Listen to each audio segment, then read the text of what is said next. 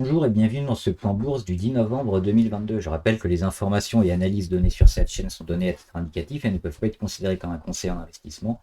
L'investissement en bourse est risqué, vous êtes responsable de tous les investissements que vous faites. Alors, le fait du jour, aujourd'hui, c'est l'inflation américaine notamment, avec les chiffres qui sont tombés, qui sont meilleurs que prévu. Donc ça a énormément boosté les marchés. On a vu aussi les chiffres du chômage, mais c'est surtout, je pense, les chiffres de l'inflation à 14h30 qui ont donné un gros coup de boost au marché. On était sur le mois à plus 0,6 avant, on espérait plus 0,5 et finalement on a eu seulement plus 0,3 sur l'année, on était à plus 8 et on est passé à plus 7,7. Donc c'est des bonnes nouvelles, ça veut dire quoi? Qu'on est en train enfin de freiner cette inflation. Alors il n'y a pas encore de déflation, mais on la freine. Et on va peut-être arriver enfin à la juguler et à la maîtriser un peu mieux. Donc c'est tous les efforts qui ont été faits avec la hausse des taux directeurs notamment, qui commencent enfin à payer.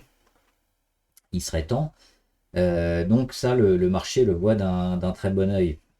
Ça veut dire quoi aussi? Ça veut dire possiblement ce qu'on disait dernièrement, c'est le pivot, c'est-à-dire qu'on va peut-être aussi les taux directeurs les étaler un peu, arrêter de mettre une pression sur le marché énorme en rajoutant 0,75 points tous les 2 mois, passer à 0,5 voire un mois où on fera rien, mais on continuera certainement d'aller jusqu'au 4 ou 5% sur les taux directeurs, on n'y est pas encore. On va continuer d'augmenter, mais peut-être un peu moins avant d'arriver sur une période où on pourra continuer à les descendre. Ça va nous mener jusqu'à tout 2023. Mais déjà, on commence à voir les premiers résultats qui sont là. Donc ça fait plaisir au marché. Les résultats dernièrement aussi étaient plutôt bons, donc c'est pour ça que ça avait déjà commencé à monter. Euh, la suite, bah, on s'attend toujours à une récession, mais à quel moment on va vraiment la subir? C'est ça, et la bourse, c'est du timing. Pour l'instant, ça monte. Pour l'instant, la bourse voit le verre à moitié plein. Il faut pas réfléchir, il faut aller dans son sens. Et puis le jour où on arrive éventuellement les nuages qui vont s'amonceler un peu partout et qu'on aura des mauvais chiffres et que la bourse va commencer à baisser, ben là on pourra jouer la baisse sur la bourse, mais faut pas essayer d'anticiper dans un sens ou dans l'autre. Pour l'instant, on est ouvert, on le voit ici sur le CAC 40. On a dépassé depuis quelques jours la moyenne à 200 ici sur les 6325 environ. On vient casser alors le petit gap qu'on avait créé ici entre le 19 et le 22 août. Il y avait un petit gap à la baisse qu'on n'avait jamais comblé. On vient de le combler aujourd'hui avec un beau chandelier, quasiment plus 2% aujourd'hui. Et puis il y a notre fameuse résistance ici à 6582. Et on est juste en embuscade. Alors on est allé où en plus haut sur la journée? 6573, donc à 9 points près. À 9 points près, on a touché on a presque touché notre résistance, qui était la résistance ici sur les plus hauts du mois de mai et du mois d'août. Donc là, on est quand même en train d'essayer de retourner le marché à la hausse. C'est assez significatif maintenant graphiquement.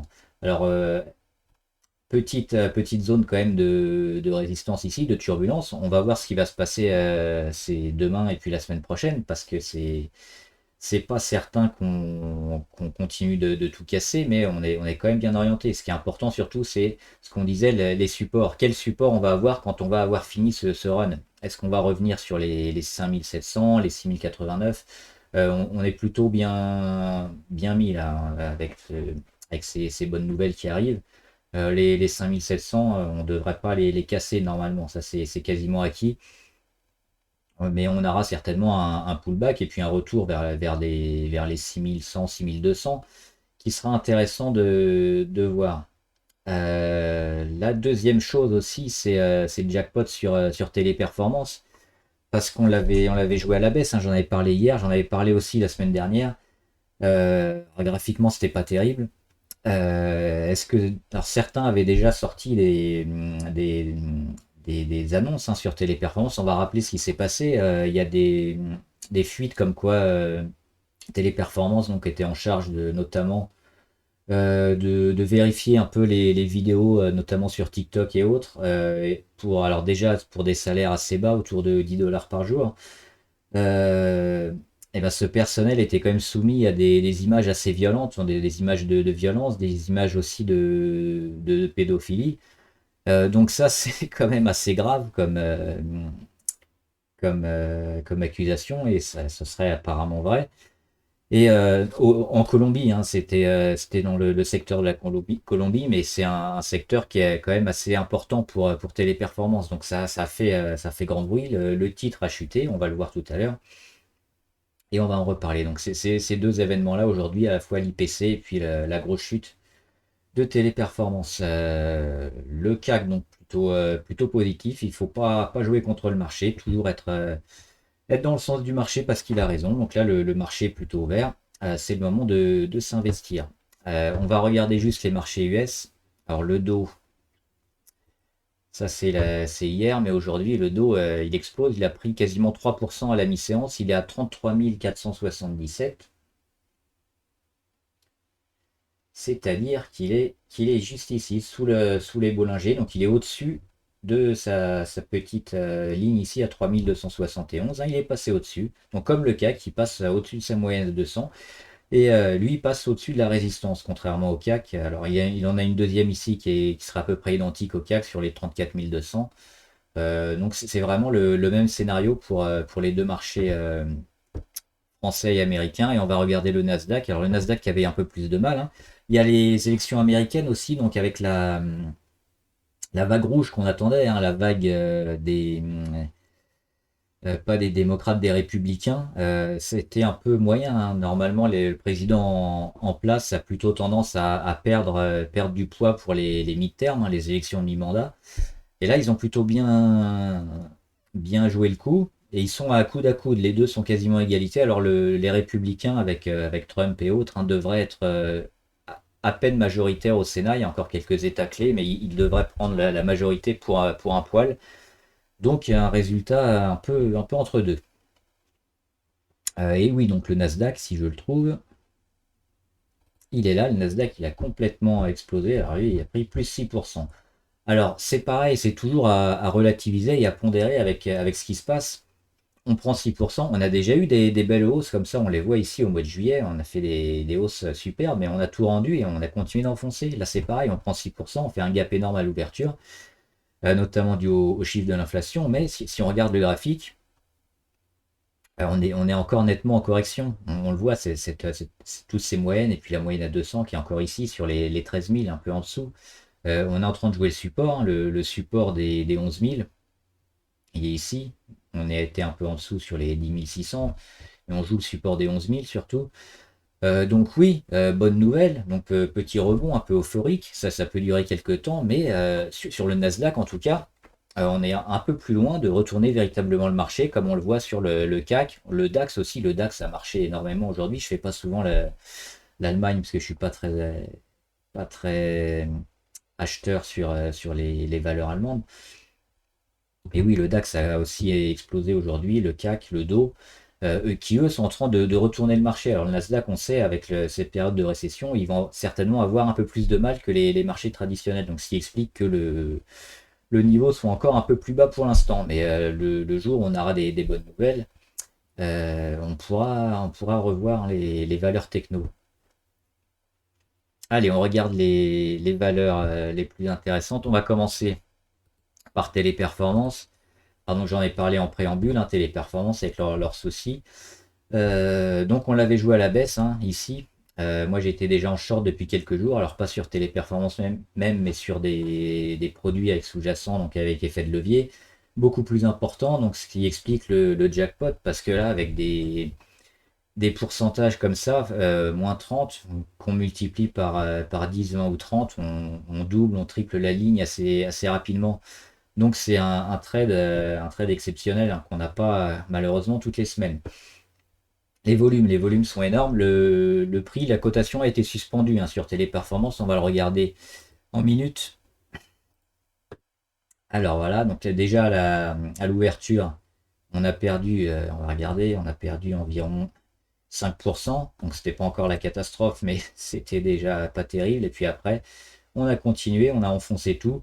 Euh, des trous dans la cotation, parce que ça n'a pas arrêté de vendre, il n'y avait plus d'acheteurs, donc une cotation suspendue pendant quelques minutes, ça reprend, ça continue de descendre, trou dans la cotation, ça reprend.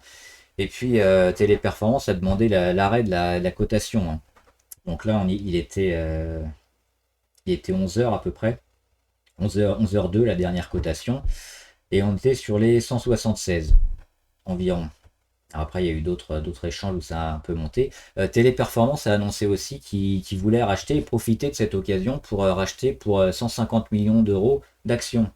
Comme l'action a baissé, ils pensent que leur programme de rachat d'actions peut être intéressant maintenant. Euh, je leur souhaite bon courage déjà, parce que c'est un scénario qu'on a déjà vu souvent, notamment dernièrement avec Orpea. Et quand on a une grosse baisse comme ça, très forte, très violente, ça met des semaines généralement à remonter. Parce que là, la baisse elle est énorme, les accusations elles sont assez graves. Et il y a beaucoup de gens qui vont vendre, qui vont fuir le titre. Alors il y aura toujours quelques personnes qui vont tenter un peu la spécu et puis de remonter.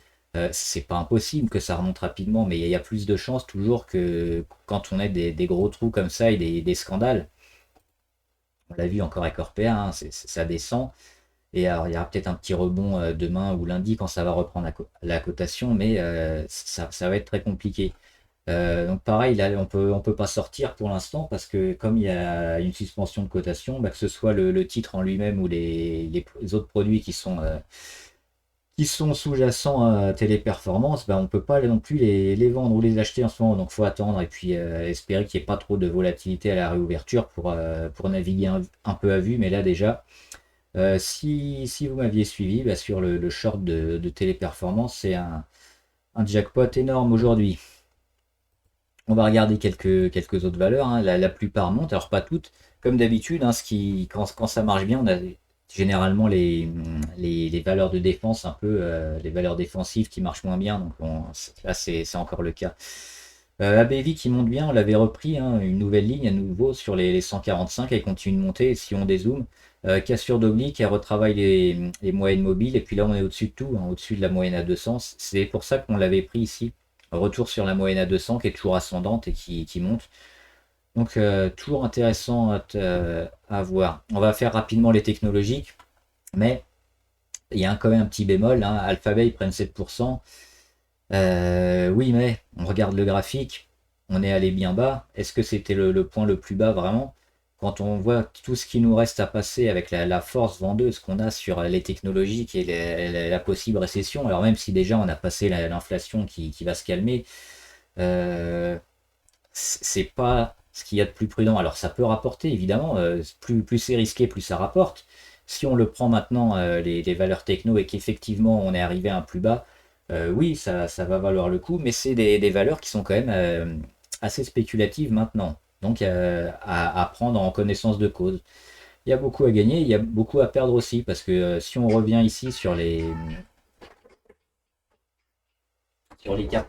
97, il y a fort à parier que ce sera encore une zone un peu compliquée et qu'on repique vers le bas. Donc si on investit massivement et puis que 2 jours après ça retombe, c'est une possibilité qu'il faut pas oublier, hein, sur beaucoup de techno. Amazon c'est pareil, plus 13%, mais on voit le graphique, grosse force vendeuse, et puis on arrive sur la résistance ici, hein, sur les 100. Donc attention, si vous voulez jouer les techno Apple, moi je l'attends toujours sur les 130 Apple, je pense qu'il va y retourner. Là, il fait un petit rebond gentillet, mais j'ai pas confiance véritablement en la plupart des technos pour le moment. Ce serait plus sage d'attendre. Avancium, rien à dire, elle continue tranquillement son petit bonhomme de chemin. Big, c'est ce qu'on disait, elle est sur support ici, autour de son oblique, sur ses plus bas. Donc c'est une zone d'achat sur support qui se tente pour aller chercher un nouveau. On voit qu'au niveau MACD, on est en train de bien baisser les histos rouges. Pas encore d'inversion de tendance au niveau des lignes, mais on a flirté avec le 30 et puis on n'y a pas été. Plutôt bien, donc pourquoi pas sur BIC. On va pas tout faire, hein, s'il n'y a pas des zones charnières un peu, a déjà été assez important hier. On va regarder les plus pertinentes. La Française des Jeux qui continue de bien marcher, hein, on l'a dit. Alors j'ai pas regardé les news au niveau de son amende, j'ai pas vu passer toujours s'il y avait eu l'annonce sur la non-amende ou pas, parce que là, ça monte beaucoup. Il faut que je check ça ce week-end. Attention au 30, 36-10. Peut-être une petite prise de bénéfice qui se prépare pour demain ou lundi. Éventuellement allégé, mais si on est moyen long terme, on a une belle figure de retournement sur la FDJ, donc on reste, même si ça redescend, si on ne veut pas faire du trading court terme, on reste sur la Française des Jeux, hein, c'est une bonne valeur, elle est en train de se retourner. Tous les voyants sont au vert, sauf l'épée de Damoclès sur l'amende hein, du monopole sur la Commission européenne. Donc ça, on verra en temps voulu, ça devrait être dans le courant de l'année normalement. Toujours très positif sur la FDJ. Ferrari, elle est en train de casser. À voir si demain elle confirme, si on n'a pas un gros pullback, mais c'est ce qu'on disait, hein, c'était la valeur du week-end le week-end dernier. Ça peut valoir le coup de se placer sur Ferrari maintenant. Donc demain ou lundi, à voir. Très intéressante. Ford. Ford, magnifique, hein, ils continuent, ils sont allés chercher l'objectif, qui était l'objectif principal ici, d'aller chercher la moyenne à 200. On les avait pris ici sur cassure d'oblique. L'objectif moyenne à 200, il est atteint. Donc maintenant, qu'est-ce qu'on fait? On monte les stops et puis éventuellement, alors soit on vend sur objectif, soit on est plus optimiste et puis on met le stop un peu plus bas parce que ça peut continuer. Pourquoi pas sur les 16-30. Greenvolt, c'est pareil. Alors tout ce qui est énergie n'a pas marché pareil, notamment les pétrolières qui sont un peu moins bien. On le verra, on en verra quelques-unes. Mais Greenvolt, elle continue de bien fonctionner hein, après avoir bien réagi sur sa moyenne à 200. Et puis là, elle casse tout. Elle casse les Bollinger, elle casse toutes les moyennes. Elle revient sur son oblique des plus bas ici, qu'on avait largement cassé hein, durant un peu un excès du marché au mois d'octobre. On revient dessus. Belle poussée pour Greenvolt. C'est toujours intéressant de l'avoir. Et puis pareil, dans une optique moyen terme, on voit qu'on est largement au-dessus de la moyenne à 200 qui est toujours ascendante. Et là, elle va retourner les moyennes aussi les plus courtes, donc bien, hein. Rien à dire, les volumes sont constants, on a eu les pics sur les plus bas, il n'y a rien à faire à part continuer de rester. HubSpot, ils ont bien réagi aussi. Alors c'est pareil, c'est les valeurs un peu techno qui vont être compliquées, mais j'en avais déjà parlé hier ou lundi, je sais plus, de cette action, elle est très intéressante, elle est très très volatile, donc il y a beaucoup de gros pourcentages à faire. C'est une action superbe si on tient les 260. Et fondamentalement parlant, elle est intéressante. On sent qu'elle peut exploser très très prochainement et ça peut être sur quelques mois comme ça ou toute l'année début 2023 une action qui nous fait un rallye comme elle a déjà fait ici en 2020-2021. Il y a tout qui est en place pour avoir une belle histoire avec HubSpot. Alors oui, hydrogène refueling un peu moins bien. Alors elle gagne 0,8, mais on voit qu'elle souffle un peu. Alors c'est pas celle-là, c'est pas sur l'hydrogène, c'est plutôt sur le pétrole hein, qui était un peu moins bien. Interparfum, moi j'étais rentré hier, je crois, ou avant-hier. Hier. Donc ça continue de monter, hein. Je ne répète pas ce qu'on avait dit hier, donc toujours positif. Elle est en train d'acter pareil un retournement à la hausse. JC2Co, on arrive peut-être au bout, hein. Moi, je monte les stops sur JC2Co et puis je me prépare à partir bientôt. L'ETF sur l'immobilier, il a explosé aujourd'hui. Avec les chiffres sur l'inflation et la possible détente des taux, forcément, ça va jouer plutôt bien pour cet ETF. On dézoome, hein, et qui a quand même bien perdu depuis 2022. On est où? 2022, on est là. Sur les 17, on est tombé jusqu'au 10. Et là, on a bien pris appui sur le support, on rebondit, et puis après, on a la phase de retournement qui va jouer ici courant novembre. Si on arrive sur les 12, donc encore un peu de boulot, mais là, on a fait le plus dur peut-être pour déjà arrêter la chute et puis commencer du zigzag. Alors, est-ce qu'on va tout casser? C'est pas sûr, mais au moins, on a acté un plus bas. Et puis il y aura certainement du zigzag, mais si les plus bas sont tenus et puis on a des nouveaux plus bas au niveau des 18, au-dessus des 10, on sera bon pour du moyen long terme sur l'immobilier. Microsoft, pareil, hein, technologique, alors beau rebond aujourd'hui, plus 6%, c'est énorme, mais Mais on est toujours dans le canal baissier, un canal baissier qu'on avait déjà cassé et qu'on a réintégré assez rapidement. Période un peu compliquée qui nous attend, possible récession, donc tout est technologique, hein, qui bénéficie beaucoup de chiffre d'affaires dû à la pub notamment. Bah, tous ces budgets-là vont être un peu coupés. Donc les technos, alors elles ont déjà beaucoup baissé. Est-ce qu'elles ont baissé assez ou pas? On verra, mais c'est compliqué pour ces valeurs-là. NESR elle est toujours en train de tendre ici vers les 7, hein, on voit l'élastique, hein, qui va un peu plus haut, un peu plus bas, et puis on vient attendre un peu en perte de volatilité. Toujours positif, hein, sur cette valeur.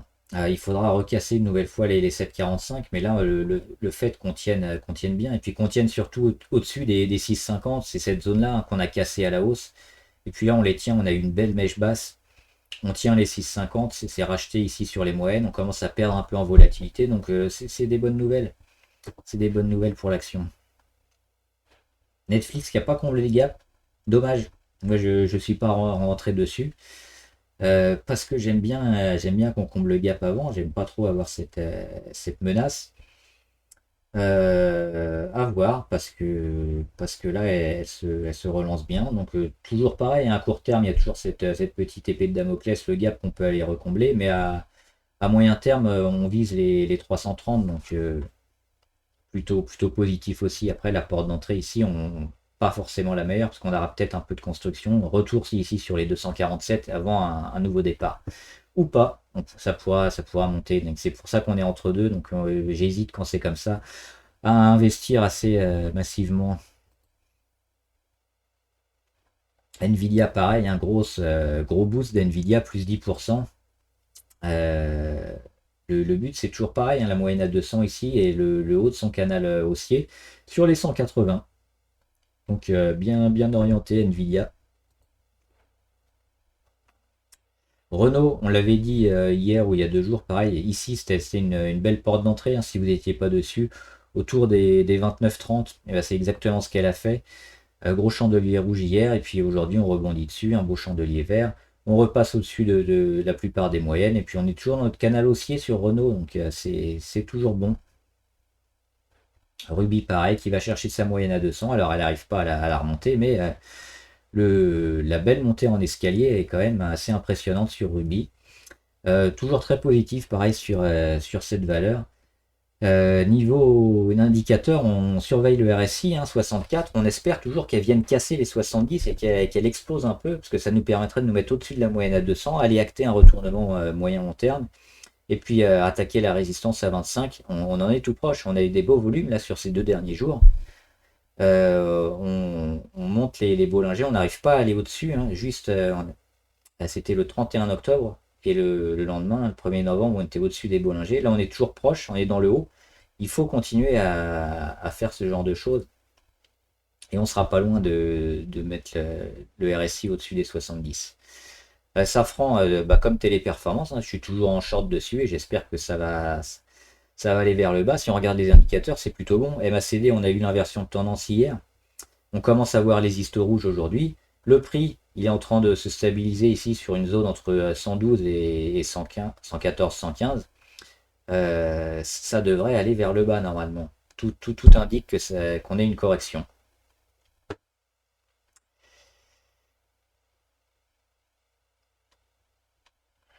Total, oui, donc c'est. Alors il y a Valourec qui est après. Total, c'est les pétrolières, hein, qui sont un peu moins bien. On le voit, ça commence à piocher. On en avait parlé déjà sur du moyen long terme, hein, qu'il fallait faire, sur du court terme, pardon, puisqu'on arrivait ici sur une zone de surchauffe sur le haut de l'oblique rouge, donc possibilité d'un peu d'essoufflement et de correction. Et il y a un peu pas mal de valeurs pétrolières qui sont dans le même cas aujourd'hui. Quand tout monte, on a un peu délaissé les pétrolières Twax, c'est parfait, hein. On est en train de casser une oblique qui date de plus de 10 ans, hein, 10-15 ans. Donc un retournement long terme et les volumes sont là sur Twax. Donc elle est partie, donc on va plus la regarder. On va même pas monter les stops, ça sert à rien. De toute façon, il n'y en avait pas ici. Et puis on verra en fin d'année 2022 où on en est, mais elle est partie pour nous faire de belles choses. Trigano, Bonne nouvelle, moyenne à 200 cassée, on est au-dessus de tout, et puis on casse cette petite résistance aussi des 109 qu'on avait déjà cassé hier, avant-hier. On était revenu dessus hier, et puis là on recasse bien à la hausse, bien aidé par les chiffres de l'inflation. Bonne nouvelle hein, sur Trigano, on fait une belle montée pour l'instant, et ça se dément pas niveau indicateur. Ça y est, on est au-dessus des 70, 73 aujourd'hui. Donc belle journée, peut-être aussi une belle journée demain et lundi. On va surveiller ça. Là, on est dans la bonne zone hein, pour aller chercher des gros pourcentages rapidement. Valourec, donc c'est ce que je disais sur les pétrolières. Valourec, elle est un peu dégradée. Alors moi, j'en ai profité pour sortir. J'avais un stop hein, autour des 11,3, 11,5 pour quitter la position. Pourquoi alors le signal de vente, il n'y en a pas, on est toujours bon, mais je suis énormément exposé sur les marchés en ce moment, au-delà de 100%, donc il faut que je commence à vendre un peu. Et j'ai préféré voir certaines valeurs faire des arbitrages, et donc Valourec faisait partie de celle-là. Mais le titre reste toujours bien orienté hein, pour du moyen terme. Il y a tant qu'on ne vient pas ici casser les 10,50 ou les 10,70 environ, on sera bien orienté. Donc là, j'ai préféré acter une petite plus-value et puis me réorienter sur d'autres titres. Et puis comme il y a eu une grosse baisse, hein, moins 4%, c'était beaucoup. Le pétrole aussi avait beaucoup de mal aujourd'hui. J'ai préféré quitter. Mais la valeur reste saine, reste bonne. Hein. Donc si vous êtes en position, il y a pas de gros signal pour l'instant. Hein. Si demain et après-demain on a les mêmes chandeliers, il faudra partir. Hop, pas de nouvelles. Virgin qui reviennent sur des niveaux à 5,14. On va peut-être bientôt se réintéresser à Virgin Galactic. Là, c'est un peu tôt, mais on revient sur les 5,14. On va voir ça pour la fin du mois. Et Worldline, belle poussée, hein, plus 7%. Mais c'est pareil, c'est comme Renault, c'est comme Ipsen, on en parlait, ces actions-là. Elles sont bien orientées parce qu'elles sont au-dessus de tout. Quand le marché a beaucoup de mal, elles surperforment le marché, elles sont au-dessus de toute leur moyenne. Et puis elles avaient déjà initié un retournement et un canal haussier depuis plusieurs semaines. Donc c'est ces valeurs-là qu'il faut privilégier et sur lesquelles on va s'appuyer, qui vont nous monter et nous faire notre performance dans ces périodes un peu compliquées. Donc là on le voit, c'est un beau graphique avec ce canal haussier qu'elle a initié depuis le mois d'avril, qu'elle a confirmé au mois d'août et dans lequel on continue d'être. Et voilà, donc plus 7% aujourd'hui. On est au-dessus de tout, et puis on va avoir peut-être un peu de bricolage après, mais toujours très bien orienté. Alors, on va faire rapidement les analyses abonnées avec quelques valeurs qui sont tombées. Airbus, ça s'essouffle. On le voit, on est sur les 113. Ouais, ça serait peut-être plus sage d'alléger, voire de vendre.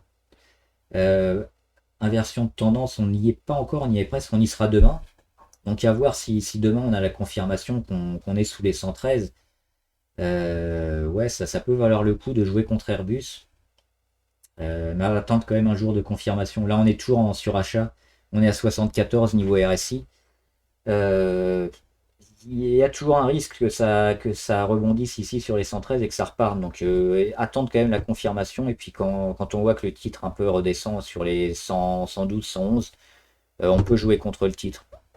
Alstom. Il y était pas, Alstom. Bouygues, il y était. On dézoome, il est dans son gros canal baissier. Il est plutôt dans le haut.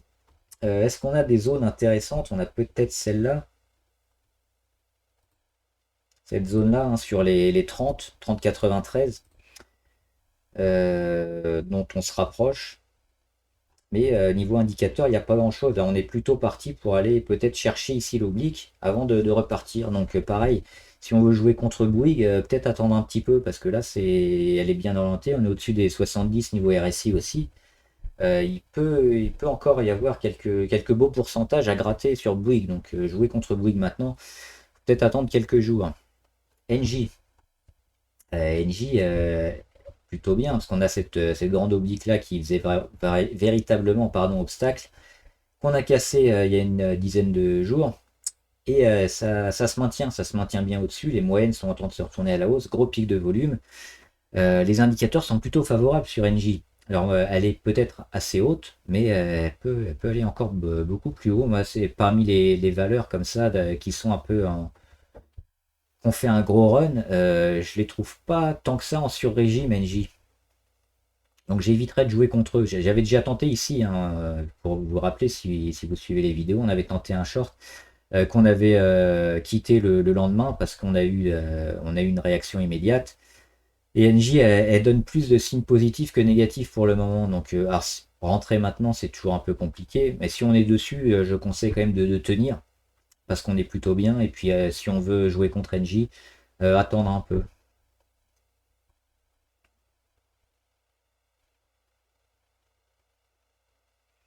Le luxe, on va faire juste LVMH.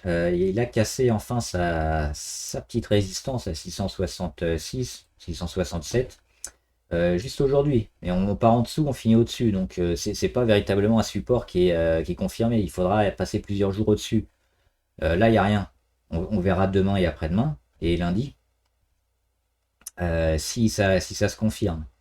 Là, il n'y a pas de conclusion hâtive à faire. C'est trop tôt.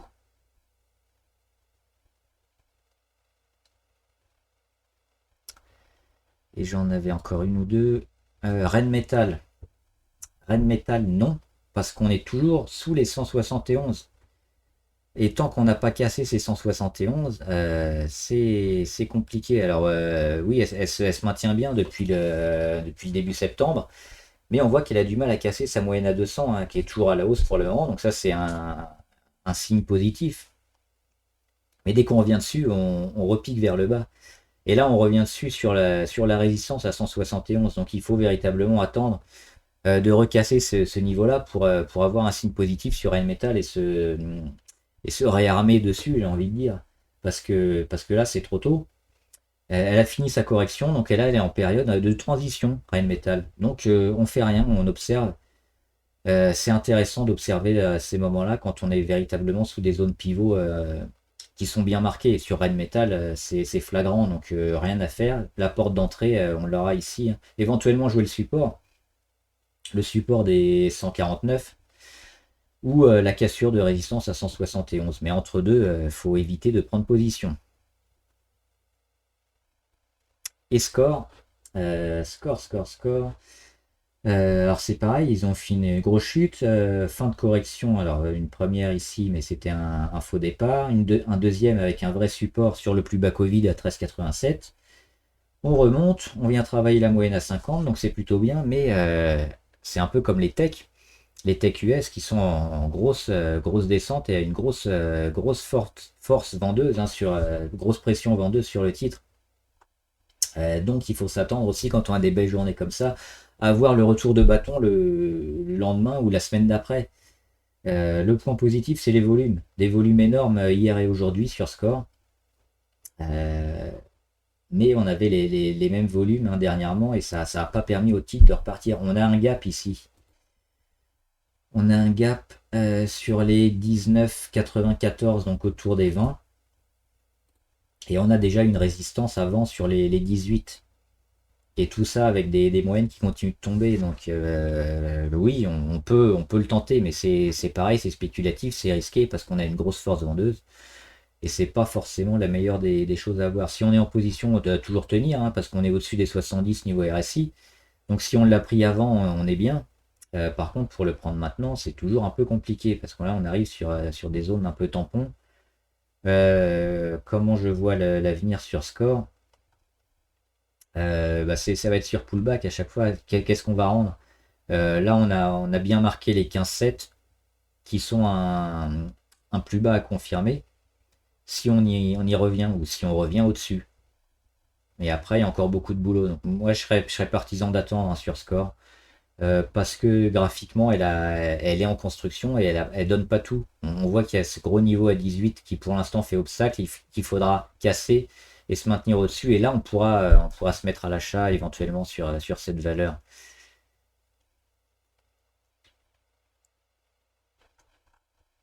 Et sinon, bah, il n'y a rien d'autre. Vernier, qu'est-ce qu'ils ont fait, Vernier? Plus 84%. Oui, Vernier, alors je sais pas s'il y a eu une augmentation de capital ou pas, parce que quand on voit des graphiques comme ça, je ne me suis pas penché dessus. c'est peut-être une dilution ou des choses comme ça. Donc vous avez comme ça des augmentations qui sont assez énormes, mais en fait vos titres ils sont dilués, donc vous ne gagnez pas, hein. Vous ne gagnez pas 84%, c'est possible que les titres en circulation aient augmenté d'un coup. Donc j'ai pas suivi, il y a un abonné qui m'avait mis Vernier dans les valeurs à suivre. Je regarderai éventuellement ce week-end, mais oui, ne pas se fier à des augmentations comme ça, parce que quand on regarde le graphique, ça fait que descendre avec des gros pics, des pump and dump, pump and dump, pump and dump. Donc c'est mauvais ça, c'est très mauvais. Et la valeur, on n'est même pas à 1 euro, on n'est même pas à 10 centimes, on est à 1 centime. C'est de la merde. Voilà, j'espère que la vidéo vous a aidé. N'hésitez pas à vous abonner à la chaîne pour être au courant de toutes les vidéos qui sortent. À aller voir aussi, faire un tour éventuellement sur ma page Tipeee, où je donne des indications aussi autres que dans les vidéos sur YouTube. Et à laisser un like si la vidéo vous a aidé, si vous avez appris quelque chose. Voilà, et mettez en commentaire aussi toutes les questions que vous avez sur la bourse trading, les valeurs en particulier, en général, que vous suivez. Et on fera les analyses ici. Bon trade, à plus!